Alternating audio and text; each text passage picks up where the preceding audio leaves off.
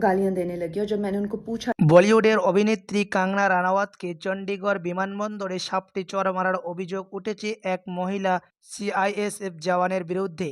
জানা গিয়েছে অভিযুক্ত জওয়ান পাঞ্জাবের কপুরথালার বাসিন্দা কুলবিন্দর কৌর। কাঙ্গনার কৃষক আন্দোলন নিয়ে বিতর্কিত মন্তব্যের জন্য এই চড় বলে জানিয়েছেন অভিযুক্ত। কাঙ্গনা রানাওয়াত বিমানবন্দরে সিকিউরিটির চেকিংয়ের সময় এই হামলার শিকার হন। তিনি জানান, কুলবিন্দর কৌর তার কাজ শেষ হওয়া অবধি অপেক্ষা করেন এবং কাঙ্গনার সামনে দিয়ে যাওয়ার সময় আচমকা পাশ থেকে চড় মারেন।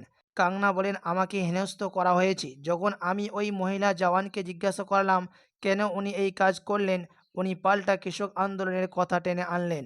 হামলার পর কুলবিন্দর কৌরকে বরখাস্ত করা হয়েছে এবং তার বিরুদ্ধে এফআইআর দায়ের করা হয়েছে। কুলবিন্দর কৌর তার কাছে কারণ হিসাবে বলেন, কাঙ্গনা বলেছিলেন 100 টাকার জন্য কৃষকরা ওখানে বসে আছে। উনি কি গিয়ে বসেছিলেন সেখানে? কাঙ্গনা যখন ওই কটূক্তি করেছিলেন কৃষক আন্দোলন নিয়ে, তখন আমার মা সামিল ছিলেন ওই প্রতিবাদে। এমনটাই জানাচ্ছেন কুলবিন্দর কৌর।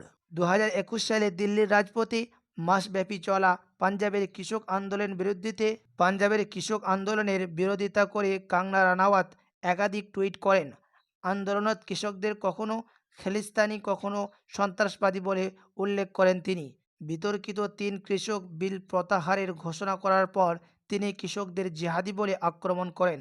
সেই সময় কাঙ্গনার মন্তব্য শিখ সম্প্রদায়ের মধ্যে তীব্র প্রতিক্রিয়া সৃষ্টি করে এবং তার বিরুদ্ধে এফআইআর দায়ের করা হয়। ঘটনার পর কাঙ্গনা পাঞ্জাবে বাড়তে থাকা সন্ত্রাস নিয়ে উদ্বেগ প্রকাশ করেন এবং বলেন, আমি উদ্বিগ্ন পাঞ্জাবের বাড়তে থাকা সন্ত্রাস নিয়ে, কী করে এদের সামলাবো আমরা।